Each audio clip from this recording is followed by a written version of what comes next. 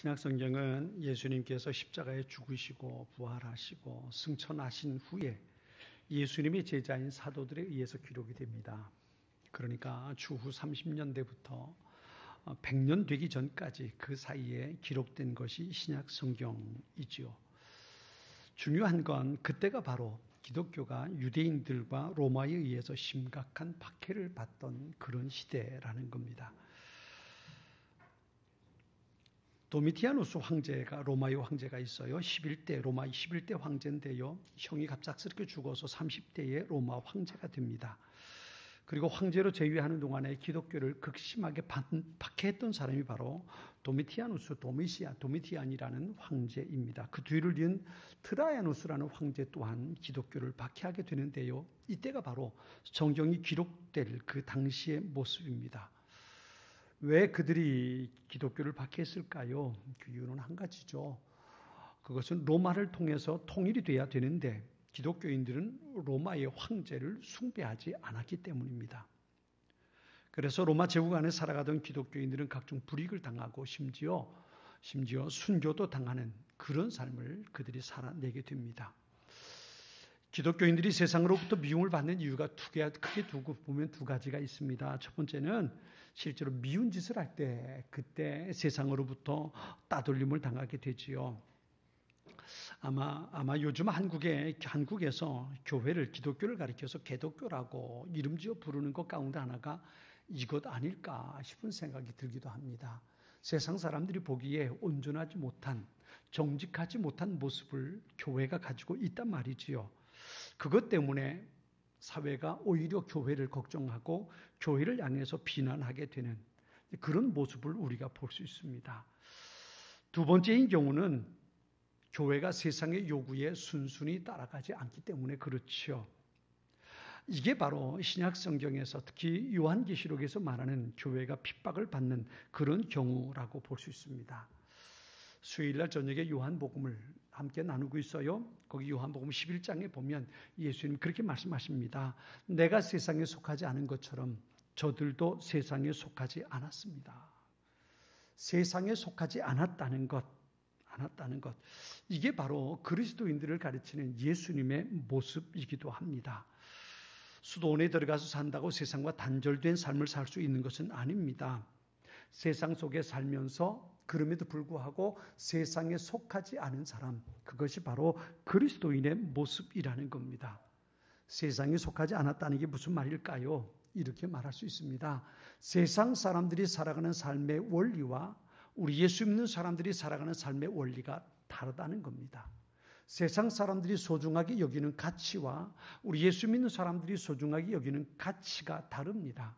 세상 사람들이 살아가는 삶의 목표와 우리 예수 믿는 사람들이 살아가는 삶의 목표가 다르기 때문에 그렇습니다. 이것이 바로 세상에 속하지 않은 그리스도인의 모습입니다. 세상 사람들이 살아가는 삶의 원리는 비교적 간단 명료합니다. 한마디로 말하면 많이 가진 사람이 성공하는 사람입니다. 그래서 세상의 가치는 많이 갖는 겁니다. 돈을 많이 갖든지 명예를 많이 갖든지 권력을 많이 갖든지 인기를 많이 얻든지 더 많이 갖는 것, 이것이 세상 사람들이 살아가는 가치요 그들의 원리라고 말할 수 있습니다.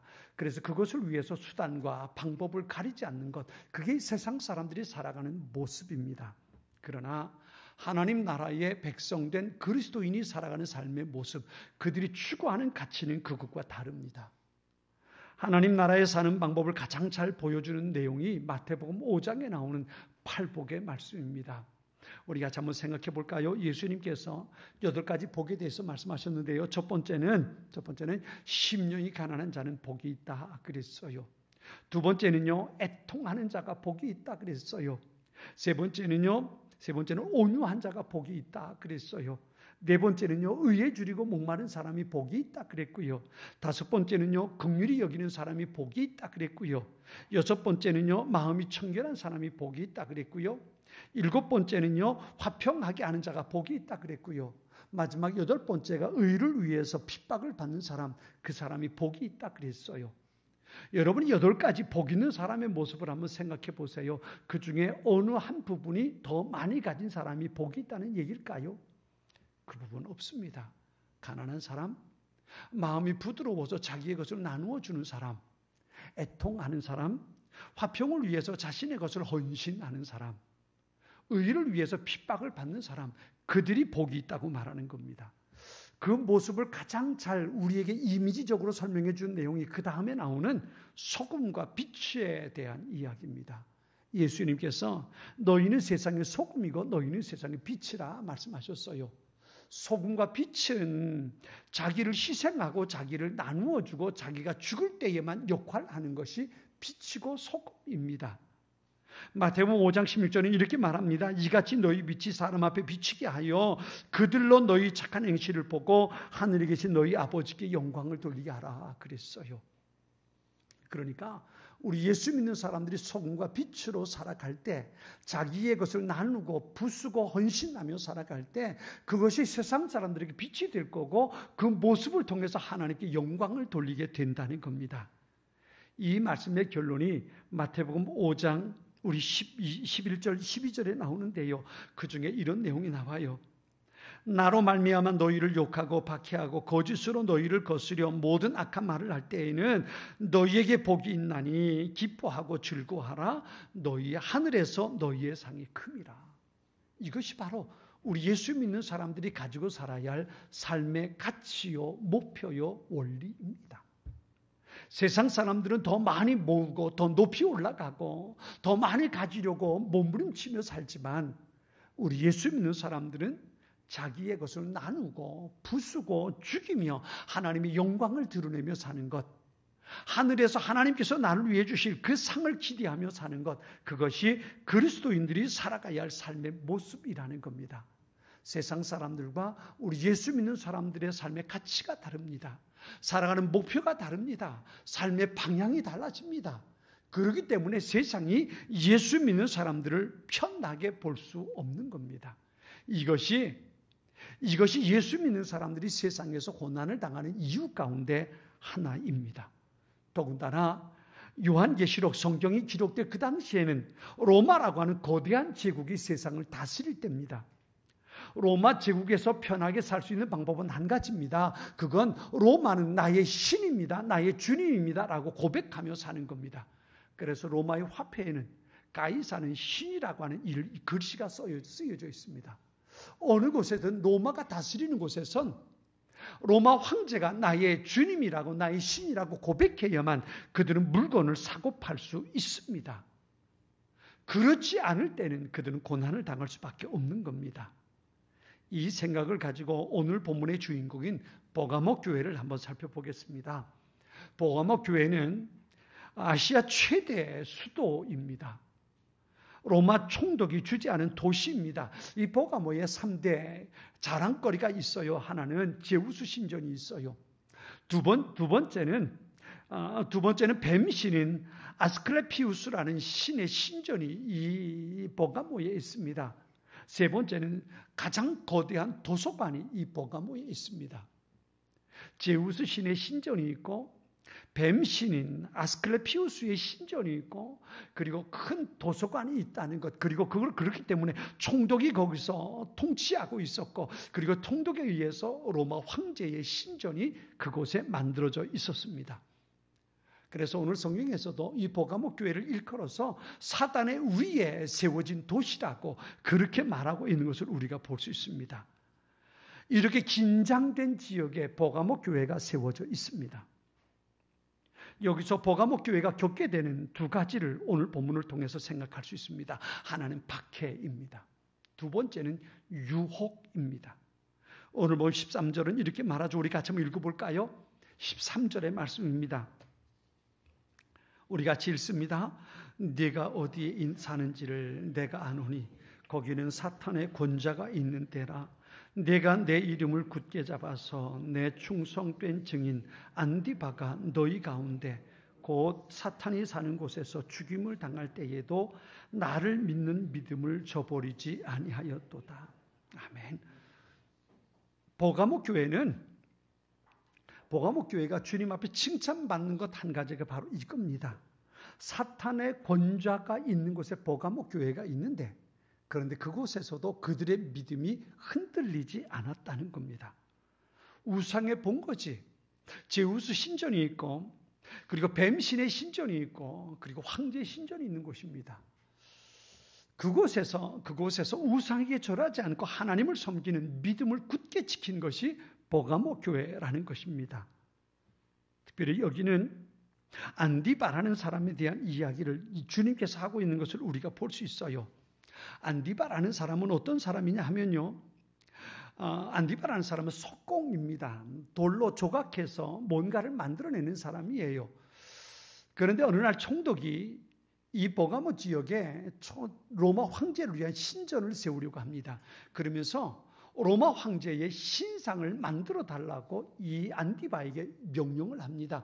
이 버가모에서 가장 유명한 석공이기 때문에 안디바에게 로마 황제의 신상을 만들라고 명령을 하지요. 그런데 이 안디바는 하나님을 섬기는 사람입니다. 나는 하나님을 섬기는 사람이고 예수 그리스도만 나의 주님이십니다. 나는 로마 황제의 신상을 만들 수 없습니다. 라고 거절합니다. 그래서 총독이 놋가마를 빨갛게 벌겋게 달굽니다. 그리고 이 안디바를 벌겋게 달구어진 놋가마에 던져서 죽여버리고 맙니다. 이게 바로 안디바라는 사람입니다. 하나님을 향한 믿음을 지키기 위해서 생명을 던진 사람, 그가 바로 안디바입니다. 그런데 오늘 본문은 이렇게 말합니다. 그때에도 나를 믿는 믿음을 너희가 저버리지 않았다 그랬어요. 버가모 교회 성도들이 안디바가 그렇게 죽는 것을 보면서도 하나님을 향한 그들의 믿음을 저버리지 않았다는 겁니다. 이것이 얼마나 위대합니까? 그만큼 버가모 교회 성도들은 생명을 걸고 믿음을 지켜낸 사람들이라는 겁니다. 황제 숭배에 빠지지 않았고요. 그동안 그 당시에 내가 어떻게 하면 잘 살 수 있을까? 이것 때문에 살지 않았고요. 오직 믿음 위에 굳게 서서 생명을 던졌던 사람들이 이 버가모 교회 성도들이었다는 겁니다. 예수님께서 이것을 그들에게 칭찬하고 계십니다. 우리가 앞에서 소모나 교회의 모습을 보면서 소모나 교회를 향한 주님의 명령은 충성이라 그랬어요. 온전히 하나님만 섬기는 것. 그런데 바로 이 버가모 교회가 그렇게 하나님을 온전히 섬기는 충성된 교회였다는 겁니다. 그런데 문제는 그 다음이었습니다. 오늘 보면 14절과 15절에 보면 주님께서 이 버가모 교회를 책망하는 모습이 나옵니다.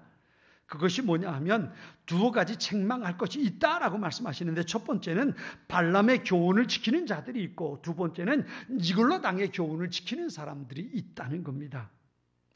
버가모 교회는 외적인 핍박은 든든하게 견뎌냈습니다. 하나님을 향한, 예수님을 향한 믿음을 지키기 위해서 그들의 생명까지도 던질 수 있는 믿음의 사람들이었습니다. 문제는 뭐였냐 하면, 문제는 그들의 삶 속에 교묘히 들어오는 그런 세상의 사상을 물리치지 못했다는 겁니다. 여기 발람의 교훈이라는 게 있습니다. 이 발람은 돈을 좋아하는 사람이었지요. 선지자였음에도 불구하고, 하나님과 영적으로 교제할 수 있는 선지자였음에도 불구하고 그는 돈을 좋아했어요. 이스라엘이 애굽에서 광야 생활을 거쳐서 가나안 땅에 들어갈 때에 모압 지경을 지나갈 때지요. 모압의 발락 왕이 이 발람을 청해서 이스라엘을 저주하라고 요구합니다. 그러면서 이 발람을 위해서 막대한 돈을 준비했어요. 내가 이런 돈을 너한테 줄게. 그러니까 이스라엘을 저주해라고 요구했던 겁니다. 처음에는 하나님께서 가지 마라 그러니까 안 갔어요. 그런데 하도 나중에 돈에 끌려가지고 가게 됩니다. 그런데 그가 타고 가던 나귀가 나중에는 이 발람 손자를 책망하기도 합니다. 하나님께서 가지 말라 하는 걸 왜 가려 하느냐고. 나귀가 입을 열어서 사람의 말로 손자를 책망하는 거예요. 그럼에도 불구하고 돈을 사랑하는 마음이 너무 커서 하나님을 저버리고 발락에게 갑니다. 하나님께서 끝내 저주하지 못하게 하니까 한 가지 꾀를 내지요. 그것이 뭐냐면 이스라엘 남자들을 자기들이 우상에게 제사 드리는 그곳에 초대를 합니다. 그런데 그 제사 드리는 곳에 누가 있냐 하면 신전에 여인들이 있는 거예요. 신녀들이 있는 겁니다. 그들이 자기 우상에게 제사를 드리고, 그리고 나서 거기에 초대한 이스라엘 남자들과 함께 음식을 나눠 먹고, 그리고 그들과 함께 행음하기 시작하는 겁니다. 성적으로 문란해져 버리고 만 겁니다. 여기에 이스라엘 남자들이 그만 빠져버리고 만 겁니다.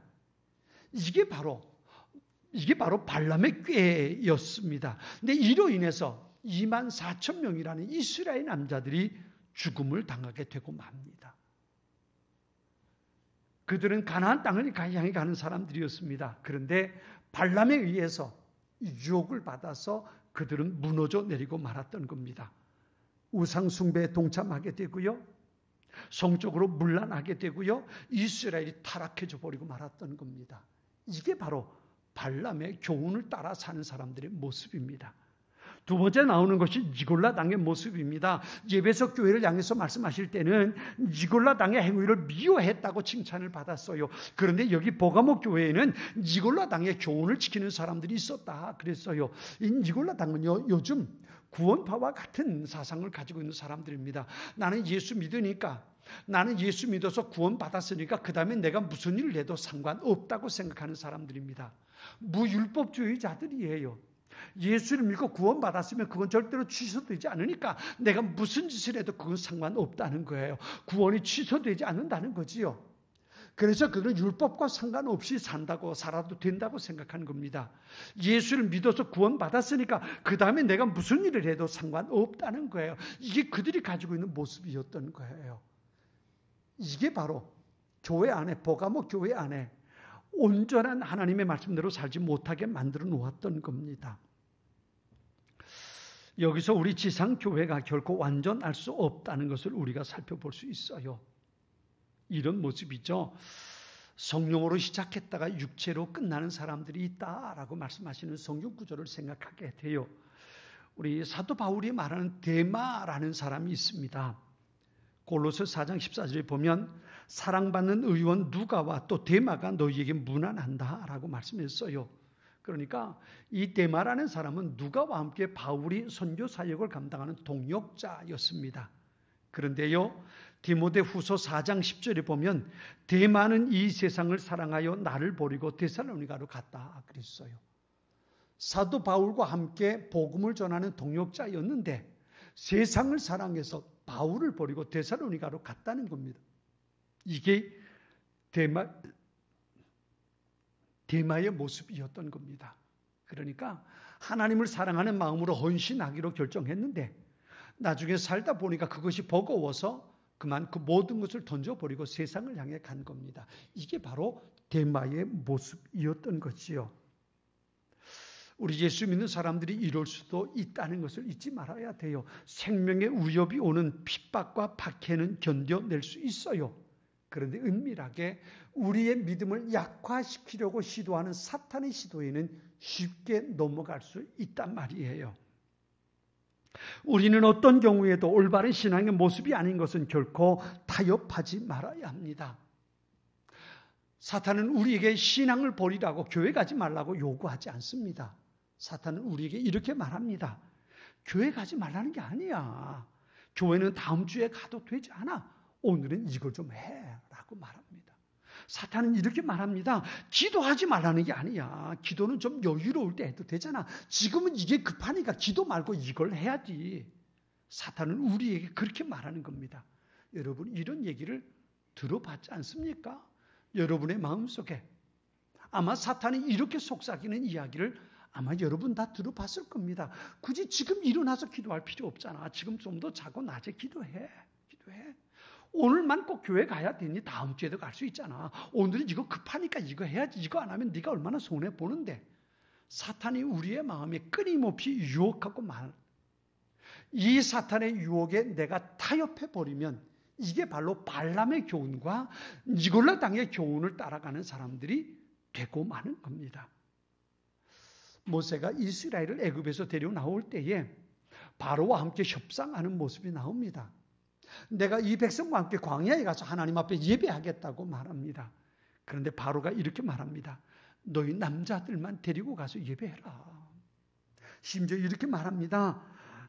나의 죄를 이번만 용서하고 너희 하나님 여호와께 구하여 이 죽음만을 내게서 떠나게 하라. 이제 너희는 가서 여호와를 섬기되 너희 양과 염소는 머물러 두고 너희 어린 것은 너희와 함께 가서, 그러니까 어린 아이들만 데리고 가서 예배해라. 너희들끼리 남자들만 가서 예배하고 오면 되잖아.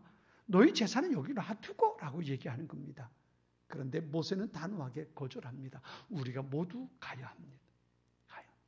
여러분, 사탄이 우리에게 이렇게 말할 때가 있다는 겁니다. 우리에게 생명의 위협에 대해서 말하지 않습니다. 교회 가지 말라고 말하지 않습니다. 기도하지 말라고 말하지 않습니다. 우리가 신앙생활하는 게 의미 없다고 말하지 않습니다. 다 의미 있고 소중하고 꼭 해야 할 일들이라고 말합니다. 그런데 그걸 지금은 하지 않아도 되지 않냐고 말하는 겁니다. 이게 세상이 우리에게 말하는 요구입니다. 이것이 우리에게 주는 유혹입니다. 어떻게 이겨내야 할까요? 보가모 교회에 말씀하시는 예수님의 모습을 오늘 보면 12절은 이렇게 말합니다. 보가모 교회의 사자에게 편지하기를 좌우에 날선 검을 가지신 이가 가라사대 그랬어요. 좌우에 날선 검이라는 것이 무엇을 말할까요? 그건 바로 하나님의 말씀을 말합니다. 하나님의 말씀은 좌우의 날선 검과 같아서 우리의 관절과 골수를 쪼개기도 한다라고 말합니다. 동양 사람들이 가지고 있는 칼은 한쪽 날만 있는 칼입니다. 그런데 로마 군인들이 가지고 있는 칼은 양날이 날카롭게 비어진 칼입니다. 그걸 가지고 베기도 하고 찌르기도 하는 겁니다. 성경 하나님의 말씀은 좌우의 날선 검과 같다 했어요. 이 말이 무슨 말일까요? 왜 예수님께서 그런 모습으로 버가모 교회에 말씀하실까요? 삶의 기준을 하나님의 말씀에 두라는 겁니다. 내 생각, 내 판단 가지고 세상을 보지 말고 하나님의 말씀을 기준으로 세우고 그 말씀에 따라서 너희 삶을 살아가라는 겁니다. 믿음은 생명을 버리면서도 모든 박해 속에서 지켜낼 수가 있었어요. 그런데 자신의 삶 속에 스며들어오는 세상의 유혹에 버가모 교회는 노출되어 버리고 말았던 겁니다. 이렇게 좀 해도 되지 않을까라고 타협하기 시작했던 겁니다. 이게 바로 버가모 교회의 모습입니다. 이 세상과 타협하고 잘못된 사상과 혼합된 그릇된 교리들이 만연한 시대 속에서 교회가 거기 동화되고 물들어 버린다면 주님은 그렇게 잘못되고 거룩하지 못한 부분을 하나님의 말씀으로 잘라내어 버릴 것입니다. 우리의 삶의 기준은 내 생각이 아니라 하나님의 말씀이어야 한다는 겁니다. 오늘 보면 16절, 17절의 말씀을 우리 같이 한번 읽어볼까요? 16절과 17절입니다. 우리 같이 읽습니다. 그러므로 회개하라. 그리하지 아니하면 내가 네게 속히 가서 내 입의 검으로 그들과 싸우리라. 귀 있는 자는 성령이 교회들에게 하시는 말씀을 들을지어다. 이기는 그에게는 내가 감추었던 만나를 주고 또 흰 돌을 줄 터인데 그 돌 위에 새 이름을 기록한 것이 있나니 받는 자 밖에는 그 이름을 알 사람이 없느니라. 아멘. 잘못되어 버린 버가모 교회를 향해서 주님 말씀하십니다. 회개하라고요. 빨리 돌아서라는 겁니다. 하나님의 말씀에 어긋난 것이 있다면 말씀으로 돌아오라는 겁니다. 그래야만 하나님의 은혜 가운데 있게 될 거라는 겁니다. 내 생각으로 내 삶을 판단하지 말고 하나님의 말씀으로 내 삶을 판단하고 말씀 안에 서라는 겁니다. 주님은 버가모 교회를 향해 성령이 교회들에게 하시는 말씀을 들으라고 하십니다. 여기에 살 길이 있는 겁니다. 우리는 우리를 향해서 들려주시는 성령의 음성에 귀를 기울여야 합니다. 하나님의 말씀에 반응해야 합니다. 여러분 제발 하나님의 말씀에 반응하십시오. 내 생각을 가지고 판단하지 마시고 하나님의 말씀을 가지고 내 삶을 판단하고 우리 교회가 하나님 말씀에 바르게 되어 있는가를 가지고 가슴 아파하고 회개할 수 있어야 합니다. 내가 보기에 옳은 길을 가는 것이 아니라 하나님의 말씀에 내가 서 있는지 우린 돌이켜 볼 수 있어야 합니다. 그것만이 살 길이라는 겁니다. 만일 그러지 않으면 하나님의 말씀에 의해서 우리는 도려내질 것이고 우린 세상에 소망 없는 자들이 되고 말 것이라는 겁니다. 타협하는 것이 아니라 하나님의 말씀에 바르게 반응하는 교회, 성도가 될 수 있어야 합니다. 그렇게 하나님의 말씀 앞에 설 때에 하나님은 두 가지 의미를 주신다고 합니다. 하나는 감추인 만나를 주신다 했어요. 이 만나는 이스라엘이 광야 사는 동안 하나님께서 40년 동안 그들을 먹이신 거예요. 그리고 하나님께서 그 만나를 하나님의 언약궤 안에 담아서 보관하게 하십니다. 나중에 이스라엘이 바벨론에 의해서 망할 때에 예레미야 선지자가 그 언약궤를 어느 동굴에 감춰 놓았다 그래요. 이게 성경에 있지 않은데 기록된 문헌에 그런 전례가 내려와요. 예레미야 선지자가 바빌론에 의해서 예루살렘이 무너져 내릴 때 그 언약궤를 숨겨서 그리고 어떤 동굴에 감춰 놨다 그래요. 오늘 본문에 감추인 만나를 그에게 준다 그랬어요. 이 만나는 하나님 나라의 양식입니다. 이스라엘이 40년 동안 광야에서 하나님께 주어 먹게 하셨던 양식입니다. 하나님 나라의 양식입니다. 감추인 만나를 주신다는 이야기는 하나님 나라의 잔치에 초대해 주신다는 겁니다. 마지막까지 말씀 앞에 서는 사람, 세상에 흔들리지 않고 하나님의 말씀을 기준으로 삼고 살아가는 그 사람, 그가 바로 하나님 나라의 만찬에 초대받을 사람들이라는 겁니다. 내가 생각하기에 잘 산다고 생각하지 마세요. 내가 생각하기에 나는 신앙생활 잘하고 있다고 생각하지 마세요. 그건 웃기는 일이고 어리석은 일입니다. 내가 하나님의 말씀 안에 있는가를 돌이켜봐야 합니다. 그것이 하나님 나라에 초대받을 수 있는 길입니다. 또 한 가지는요, 신도를 준다 그랬어요. 이 당시에는요, 재판을 하면 재판을 통해서 유죄와 무죄를 가립니다. 그런데 유죄로 판정되면 그 사람에게 검은 돌을 줘요. 그리고 무죄가 판정되면 그 사람에게 신도를 줍니다. 그러니까 신도를 받은 사람은 무죄로 석방되는 겁니다. 검은 돌을 받아서 유죄가 된 사람은 감옥에 갇히는 거예요. 오늘 본문에 신도를 준다 그랬어요. 그리고 거기에 새 이름이 기록되어 있다 그랬어요. 누구의 이름이겠습니까? 예수님의 이름, 어린 양 예수님의 이름. 그 이름이 적힌 신도를 그에게 주는 겁니다. 이 신돌이 바로 하나님 나라에 들어가는 입장권이 되는 겁니다. 하나님 말씀 안에 머무는 사람, 하나님의 말씀의 기준 안에 머물러 있는 그 사람, 그가 바로 하나님 나라에 들어갈 수 있는 권리를 얻게 된다는 거예요. 내가 교회 다니는 것이 중요하지 않습니다. 내가 얼마나 헌신했는가가 중요하지 않습니다. 내 삶이 말씀 안에 있는가가 중요합니다.